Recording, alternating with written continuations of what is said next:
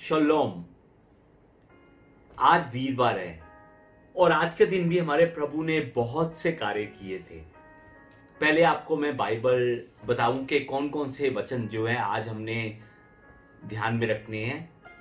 मत्ती की किताब चैप्टर नंबर 26 उसकी 20 से लेकर 35 नंबर आयत को हमने पढ़ना है। और उसके बाद मत्ती की ही किताब चैप्टर नंबर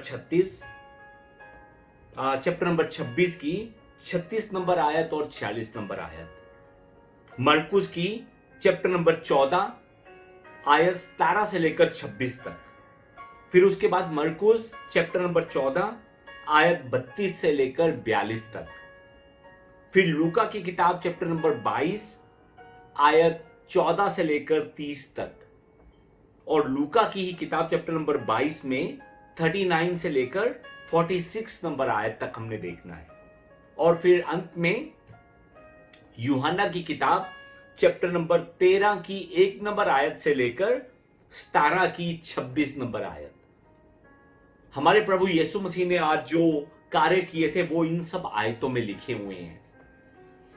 इन सब आयतों को पढ़कर आज भी परमेश्वर के मन को समझने की आप सबके सामने गुजारिश करता हूं।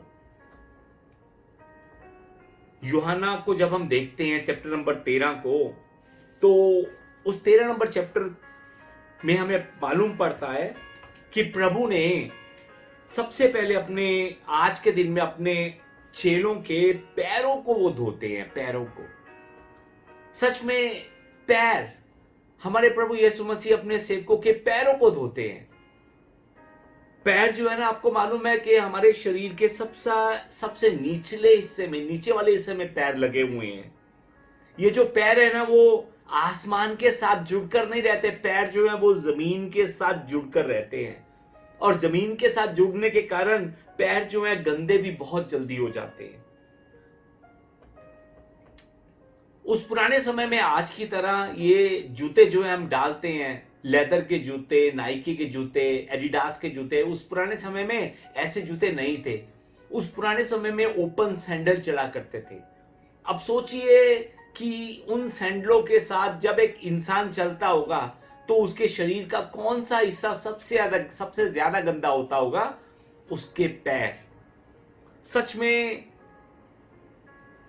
प्रभु जो है ना, आज अपने सेवकों के पैरों को साफ करने लगे हैं।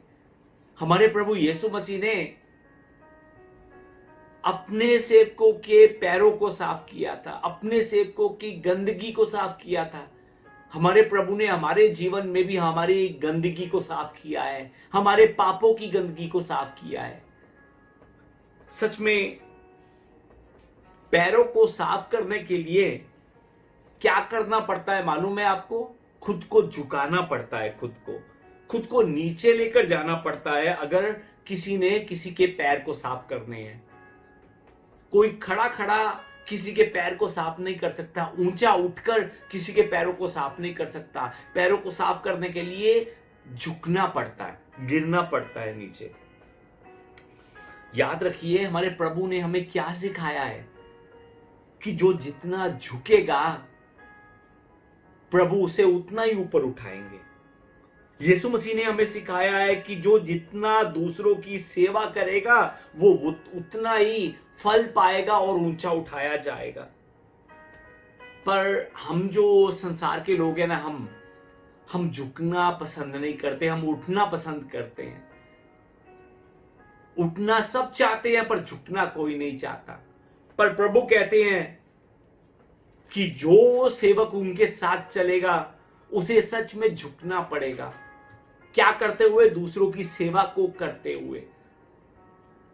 ऊंचाइयों को प्राप्त करने के लिए हम विश्वासियों को मेहनत करने की जरूरत नहीं है, हम विश्वासियों को सिर्फ दूसरों की सेवा करने की जरूरत है। अगर हमने ऊंचाइयों को प्राप्त करना है, हमें किसी और चीज में जोर लगाने की जरूरत नहीं है, अपने आप को झुकाने में जोर लगाने की जरूरत है। सच में अपने आप को झुकाकर परमेश्वर की इच्छा को पूरी कीजिए, ताकि परमेश्वर ने जो वचन कहा है कि जो जितना झुकेगा वो इतना ही उठाया जाएगा, वो वचन हमारे जीवन में पूरा हो सके। ये सब कार्य करने के बाद हमारे प्रभु यीशु मसीह जो है ना अपने 12 सेवकों के साथ वो भोजन करते हैं। आज के समय में उस भोजन को हम प्रभु भोज का नाम लेते हैं। प्रभु जो है अपने 12 सेवकों को अपने देह को, अपने लहू को देते हैं, ब्रेड और वाइन को कहते हुए कि ये मेरी देह है और ये मेरी लहू है। और अपने सेवकों के साथ कई बातें करते हैं, कई बातें। वो सब बातें आज जरूर आप वचन में खुलकर पढ़िएगा और उन बातों को मेडिटेट कीजिएगा। उन कई बातों में से कुछ बातें हैं, जैसे प्रभु कहते हैं यूहन्ना की किताब चैप्टर नंबर 13 की 34 और 35 नंबर आयत में जैसे लिखा है, हमारे प्रभु कहते हैं, मैं तुम्हें एक नई आज्ञा देता हूं कि तुम एक दूसरे से प्रेम रखो। जैसा प्रेम मैंने तुमसे रखा वैसे ही तुम एक दूसरे से प्रेम रखो। यदि तुम आपस में प्रेम रखोगे तो इसी से सब जानेंगे कि तुम मेरे सेवक हो। इस तरह की कई बातें जो है हमारे प्रभु यीशु मसीह आज अपने सेवकों से करते हैं। हमारे प्रभु उन सेवकों को कहते हैं, अपने सेवकों को कहते हैं कि तुम मुझ में बने रहो और मैं तुझ में। ये सब बातें जो है प्रभु ने आज के दिन, वीरवार के दिन अपने सेवकों से की थी। सिर्फ यही नहीं, हमारे प्रभु ने पवित्र आत्मा के बारे में भी उनको विस्तार से बताया था कि सच में पवित्र आत्मा जब आएगा वो मेरी गवाही देगा। यीशु मसीह ने आज ही के दिन अपने सेवकों को यह भी विश्वास दिलवाया था कि मार्ग, सत्य और जीवन मैं ही हूं, बिना मेरे कोई भी पिता के पास नहीं पहुंच सकता। आज ही के दिन ये सब बातें जो थी हमारे प्रभु यीशु मसीह ने अपने सेवकों के साथ की थी, उन्हें समझाया था। मैंने आज सुबह एक छोटी सी वीडियो देखी थी। उस वीडियो में एक आदमी का चेहरा जो था ना बहुत ज्यादा उदास था। उस चेहरे की उदासी को मिटाने के लिए डॉक्टर आकर उसके दिमाग का ऑपरेशन करता है और डॉक्टर उसके दिमाग को यहां से चीरता हुआ उसके दिमाग से बहुत सी चीजें निकालता है। वो चीजें कौन सी है मालूम है आपको?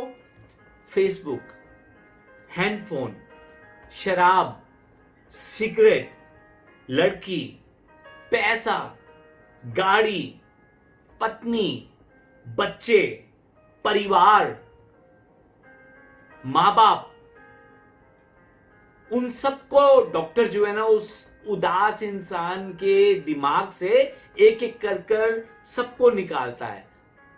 और जब वो दिमाग खाली हो जाता है इन सब चीजों से, तो उसके अंदर वो डॉक्टर जो है वो पवित्र बाइबल को, पवित्र शास्त्र को रख देता है। और जैसे ही उसके दिमाग में पवित्र शास्त्र भरा जाता है, उस समय उस इंसान के जीवन में खुशियां आ जाती हैं। उसका चेहरा जो ऑपरेशन से पहले उदास था, वो चेहरा एकदम खुशी में बदल जाता है। क्या दिमाग में रखने से? पवित्र शास्त्र को दिमाग में रखने से। सच में हमने भी पवित्र शास्त्र को, परमेश्वर के वचनों को, जो आज के दिन में हमारे प्रभु ने यूहन्ना की किताब चैप्टर नंबर 13 से लेकर 17 नंबर चैप्टर तक अपने वचन जो है, अपनी बातें जो है अपने सेवकों से की हैं, उन बातों को आज हमने भी अपने दिमाग में बसाना है, ताकि सच में हमारा चेहरा भी खुशियों से भर सके। सच में जिस इंसान के मन में, दिमाग में यीशु मसीह बसा है ना, वो इंसान का चेहरा कभी भी उदास नहीं हो सकता। उस इंसान का चेहरा हमेशा खुशियों से भरा रहेगा। उस इंसान का चेहरा हमेशा शांति से भरा रहेगा, आनंद से भरा रहेगा। सच में आज से अपने दिमाग से संसार की सब चीजों को निकालते हुए सिर्फ परमेश्वर के वचनों को अपने दिमाग में डालकर जीने वाले परमेश्वर के सभी प्यारे बनने की आपके सामने गुजारिश करता हूं। और आज के दिन ही हमारे प्रभु ने गतसमी के बगीचे में जाकर प्रार्थना की थी। आपको मालूम है कौन सी प्रार्थना की थी? उस प्रार्थना का जो एक शब्द जो मेरे मन को बहुत ज्यादा हमेशा छूता है, वो मत्ती की किताब चैप्टर नंबर 26 की 42 में लिखा है। और उस आयत में हमारे प्रभु ये कहते हैं कि प्रभु तेरी इच्छा नहीं, मेरी इच्छा नहीं, तेरी इच्छा पूरी हो। मेरी इच्छा नहीं, तेरी इच्छा, आपकी इच्छा पूरी हो परमेश्वर। सच में हमने भी अपने जीवन में हर रोज ये प्रार्थना करनी है कि प्रभु मेरी इच्छा नहीं, आपकी इच्छा पूरी हो। सच में प्रभु ने क्यों ये प्रार्थना की होगी मालूम है आपको? इस समय यीशु मसीह भी शरीर में है और शरीर को दर्द होती है। जब कोई मारता है, जब कोई कोड़े मारता है, जब कोई लहू बहाता है तो शरीर को दर्द होती है। और यीशु मसीह को मालूम था कि ये दर्द कितनी भयानक होगी, ये दर्द कितनी डरावनी होगी। तभी यीशु मसीह बार बार प्रार्थना कर रहे थे कि परमेश्वर हो सके तो इस प्याले को मुझसे हटा दे। सिर्फ उन्होंने ये प्रार्थना नहीं की कि ये प्याला मुझसे हटा दे, ये मुश्किल मुझसे हटा दे प्रभु। यीशु मसीह ने साथ में ये भी कहा, पर यदि तेरी इच्छा ये है तो सच में ये इच्छा पूरी हो, मेरी इच्छा नहीं। मेरी इच्छा क्या है कि ये दुख का जो घड़ी जो अब आने वाली है वो मुझसे दूर हो जाए, ये मेरी इच्छा है। पर प्रभु अगर तेरी इच्छा है कि नहीं, इस दुख की घड़ी के द्वारा इस संसार का उद्धार किया जाए, तो प्रभु आपकी ये इच्छा पूरी हो। सच में हमने भी हर रोज परमेश्वर से प्रार्थना करते समय यही प्रार्थना करनी है कि प्रभु मेरी इच्छा नहीं, आपकी इच्छा पूरी हो, आपकी इच्छा पूरी हो, आपकी इच्छा पूरी हो। आज भी परमेश्वर के इन वचनों को ध्यान से पढ़कर उन वचनों से और ज्यादा आशीष प्राप्त करने वाले परमेश्वर के सभी प्यारे बनने की आपके सामने गुजारिश करता हूं। और याद रखिए, कल गुड फ्राइडे है। गुड फ्राइडे की वर्शिप दोपहर को 3 बजे कलीसिया में है। समय निकालकर, कल जो बीता कल था, बीते कल में मैंने आपको बताया था कि आज के समय में इंसान के लिए समय बहुत ज्यादा कीमती है।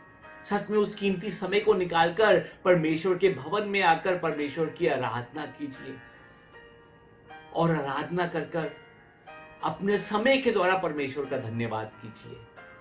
आइए मिलकर प्रार्थना करें। पिता परमेश्वर, आपका बहुत बहुत धन्यवाद प्रभु।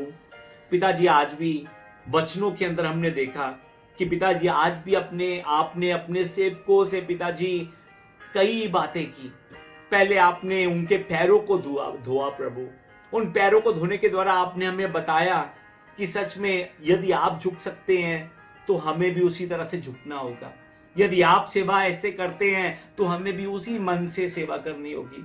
आपने पिताजी उनको प्रेम करने के लिए संदेशा दिया, आज्ञा दी। आपने उनको पवित्र आत्मा के बारे में बताया। आपने उनको कहा कि तुम मुझ में बने रहो और मैं तुझ में और मैं तुम में। और भी प्रभु आपने बहुत सी बातें उनसे की। प्रभु सच में आज भी हम आपके इन सब वचनों को फिर से एक बार देखेंगे। पिताजी उन वचनों को देखते हुए, पढ़ते हुए हमें आशीर्वाद दीजिए, ताकि हम भी पिता परमेश्वर अपने जीवन में आपके वचनों के साथ आपके द्वारा दी गई आशीषों को प्राप्त कर सके, आपकी इच्छा को पूरी कर सके। पिताजी, हमारे दिमाग में बहुत सी चीजें घुसी हुई हैं। पिताजी, हमारे दिमाग में फेसबुक घुसी हुई है, हमारे दिमाग में पिता परमेश्वर मोबाइल घुसा हुआ है, शराब सिगरेट घुसी हुई है, लड़की घुसी हुई है, लड़के घुसे हुए हैं, पैसे घुसे हुए हैं, गाड़ियां घुसी हुई हैं। पिता परमेश्वर परिवार घुसा हुआ है प्रभु।